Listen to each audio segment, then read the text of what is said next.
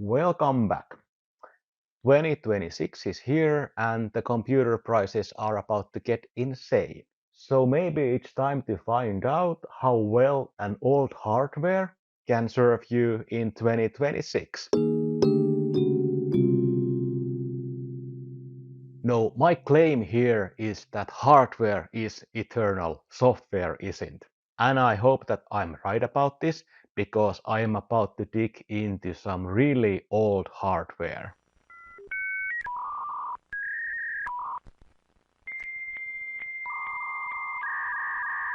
While ago, my brother asked me to help clean up his garage, and from there I noticed that he's been storing all of the old PCs that he's been using over the years. 99% of these PCs are devices that I have sold to him over the years.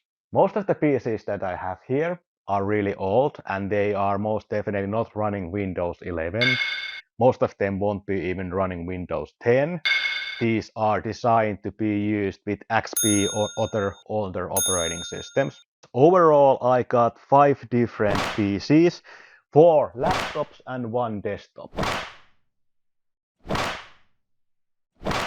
No, I haven't tested any of these devices in advance, but when they were stored, they were still in working condition. The plan is simple. If they don't boot up, I will open the covers and see if there is something that I can fix. After that, I will be finding suitable Linux operating systems and testing how well lightweighted Linux operating systems will work in these PCs. Most likely, I will have to test few different distros of Linux because I have so different and so old hardware. No, I haven't been a Linux user for a while, so I made a little internet search about this, and these operating systems are the ones that most likely would serve me best. Alright, I think it's time to start testing the devices.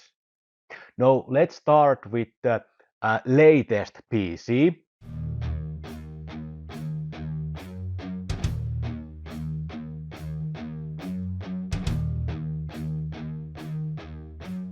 The Lenovo ThinkCenter M910q is the latest one as I've spoken.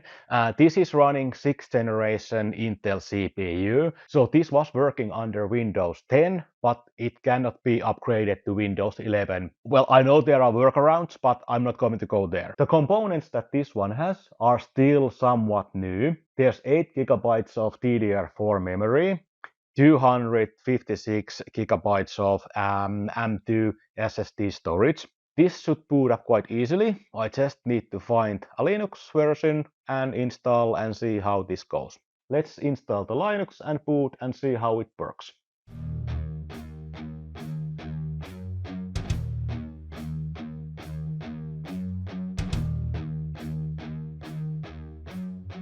Let's see if the first one boots up. Looks promising. The green light is already lit.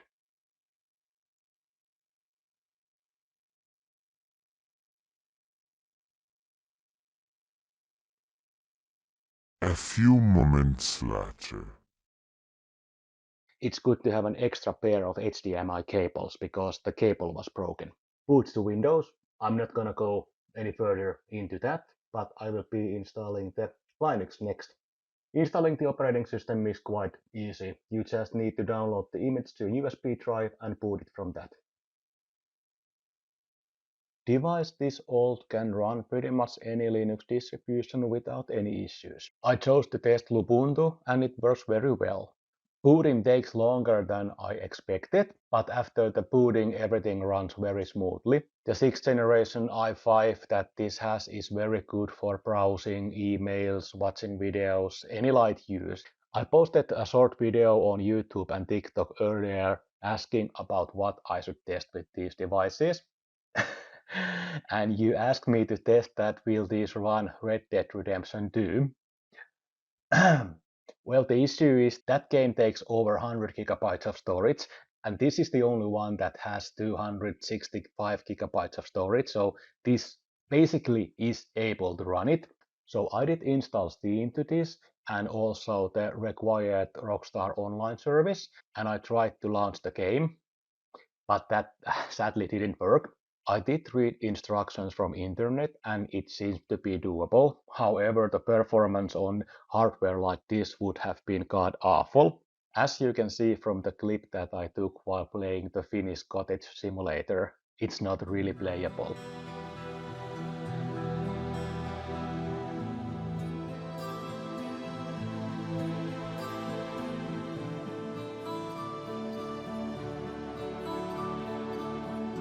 But in order to keep this video shorter, I'm not gonna go that much more deeper into gaming with old devices. But please comment below if you want me to see doing that on another video. Okay, so this works very well. Let's move on to the next unit.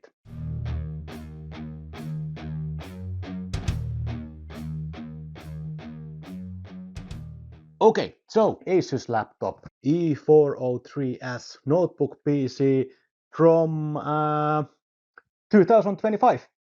So only 11 years old.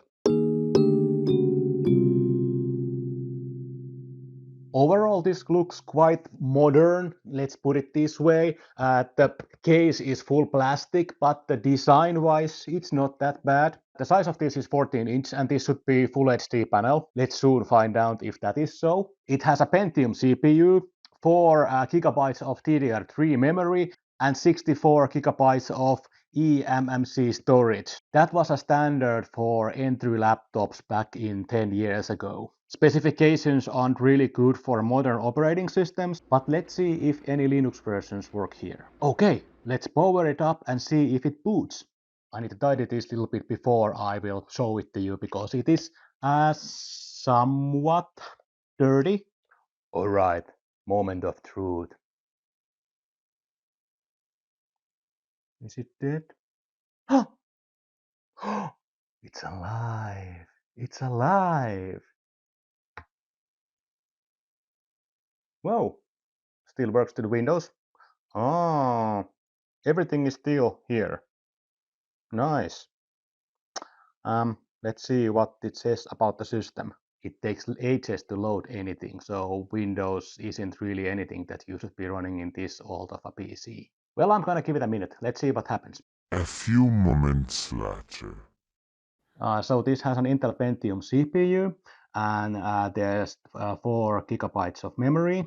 It's quite okay for an older Windows 7, but not to the modern operating systems. I can't get to the control panel to check every specification, but that doesn't matter. Now we can just test how this performs with the Linux distribution. I have a Linux Mint here. Let's give it a try.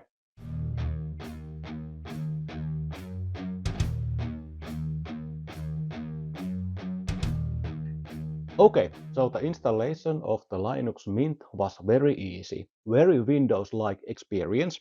Once I did logged in, I noticed that every device was correctly installed, every driver was there and the device was ready to be used.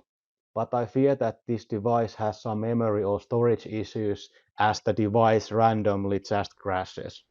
Also, I need to be clear with you, the device is not as powerful as the desktop that I tested firstly. There is a huge performance difference between Pentiums and Core i5s. Loading times of different software and things are longer and the device is just not as responsive as it is with an i5. But still, this device is fast enough for daily use. I mean, you can use it for email, browsing, watching videos, even for watching TV. Alright, now to the next device.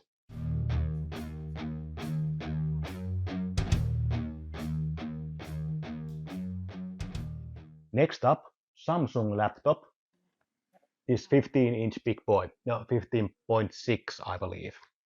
No, this is about 15 years old and I'm basing that on the age of the CPU because I have no recollection of selling this.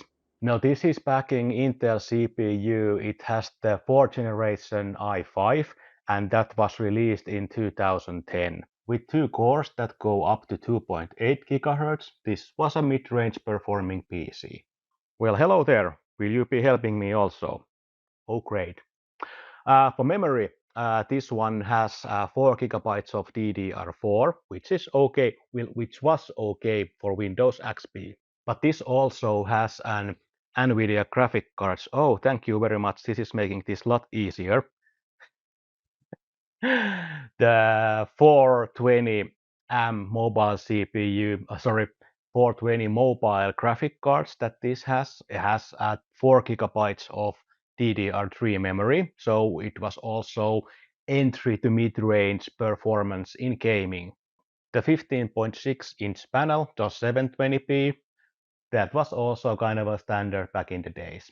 This device is so old that for storage it has a mechanical drive, and there is also an, excuse me, DVD drive. DVDs are pretty much gone by these days, but they were standard back in 2010.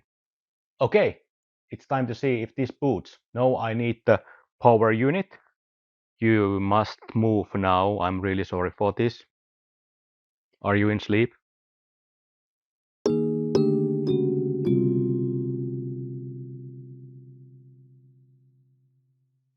Sadly, the Samsung is a device that I will not be able to test as I don't have the AC adapter for it. The new AC adapter is about 20 euros, so maybe I'll purchase one later and make another video about this device. But for now, we just have to admire it and move to the next device.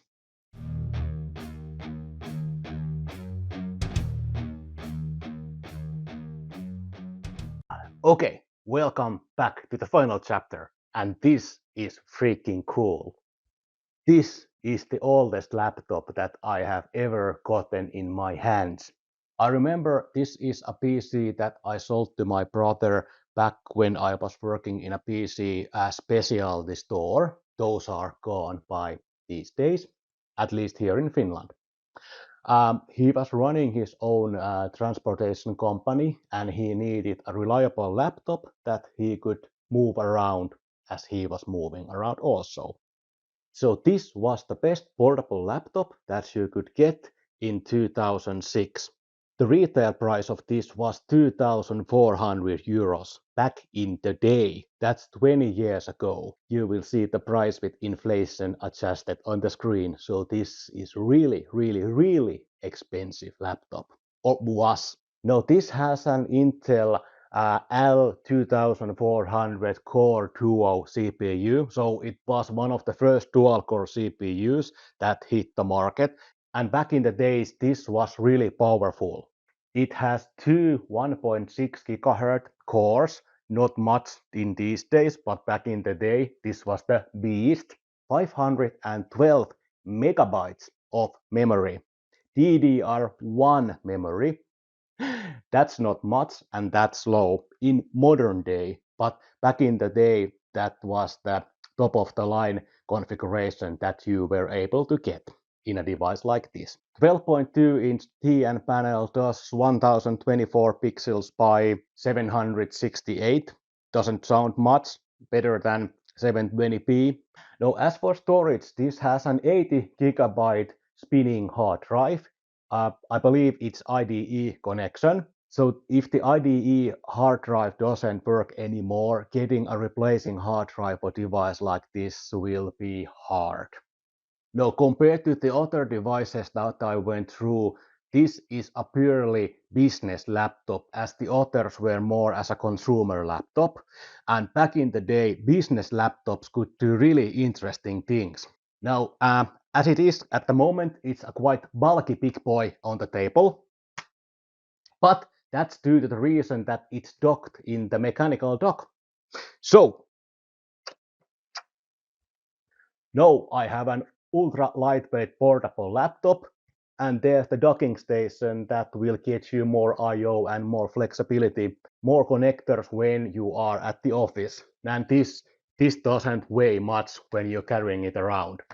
I/O in device like this is interesting because there are modern things like USB, but then there's the VGA connector, Ethernet connection, and the PCMEI slot Hopefully I didn't butcher that too much. For this you could get things like data cards, tuners, radio tuners, TV tuners, extra storage and better connectivity, even up to Firewire cards, things like that. Firewire was back in the day better version of the USB, but this device, however, also has the Firewire connection. The Firewire was available only at the top-notch machines. Oh, and also infrared eye. So if you want to connect your mobile device wirelessly, you can do it, but the connection was really slow. Other than that, nothing special. Two USBs, then the headphone and the microphone jack, then also dial-up modem. Then that's a thing of the past, but this has that also, and the barrel jack for charging. There's the slot for the battery. Sadly, I don't have the battery for this anymore. That's basically all that is in the main laptop unit. But when we go to the dock, the docking has more USBs. Then there's the locking mechanism. Back there's more USBs. There's the VGA, the serial port, the parallel port. These are things that you use to connect devices like mouses, keyboards, printers, scanners back in the days. Another pair of headphone and Ethernet jack, and another connection for the modem. Then a DVD drive. So the DVD here is a modular, so you can take it away from here.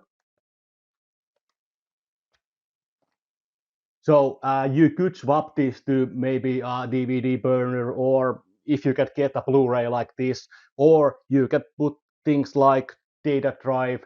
Okay, let's pray to God that this boots.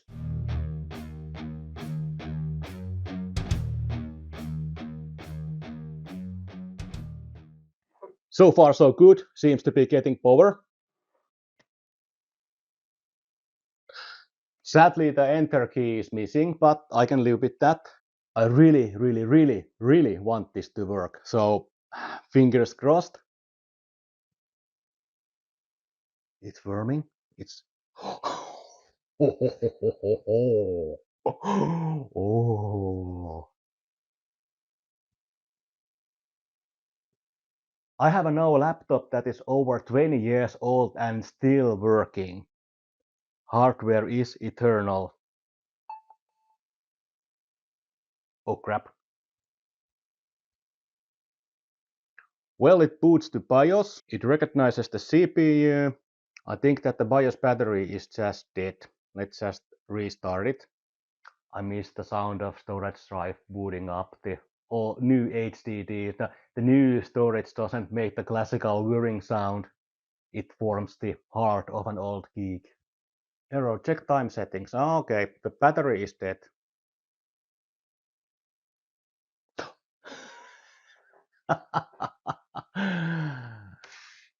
It's loading Windows XP, the best operating system there ever was and ever will be. My precious. Now the loading time might seem long to you, but this was a standard with all PCs with mechanical drives.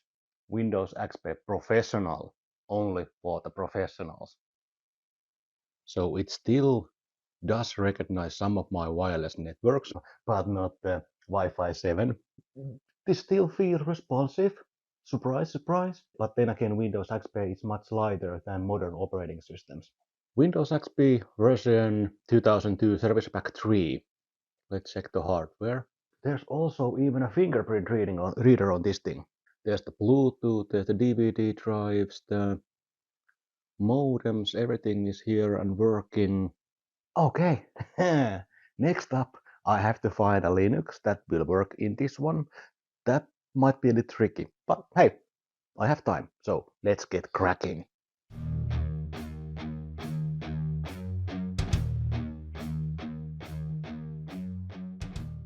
So, by trial and error, I did try a few different Linux versions, but the ones that worked perfectly was the Raspberry OS. The Raspberry OS reminds me a lot of older Windows versions. The installation is very much text-based, and it's not so straightforward as modern operating systems are. The main reason for that is that the Raspberry OS is designed for single-board computers, running things like home server, smart home automation, email servers, whatever fits you. Once the operation system was installed, I was able to do all my daily chores with it, checking emails, writing text, or editing images. It works perfectly, no issues. But I have to warn you that it wasn't the easiest Linux to install or, to be honest, to use, because the software installation is not as straightforward as it was with the other Linux versions. Still free and works perfectly well. Okay, now let's wrap this thing up and put this one aside.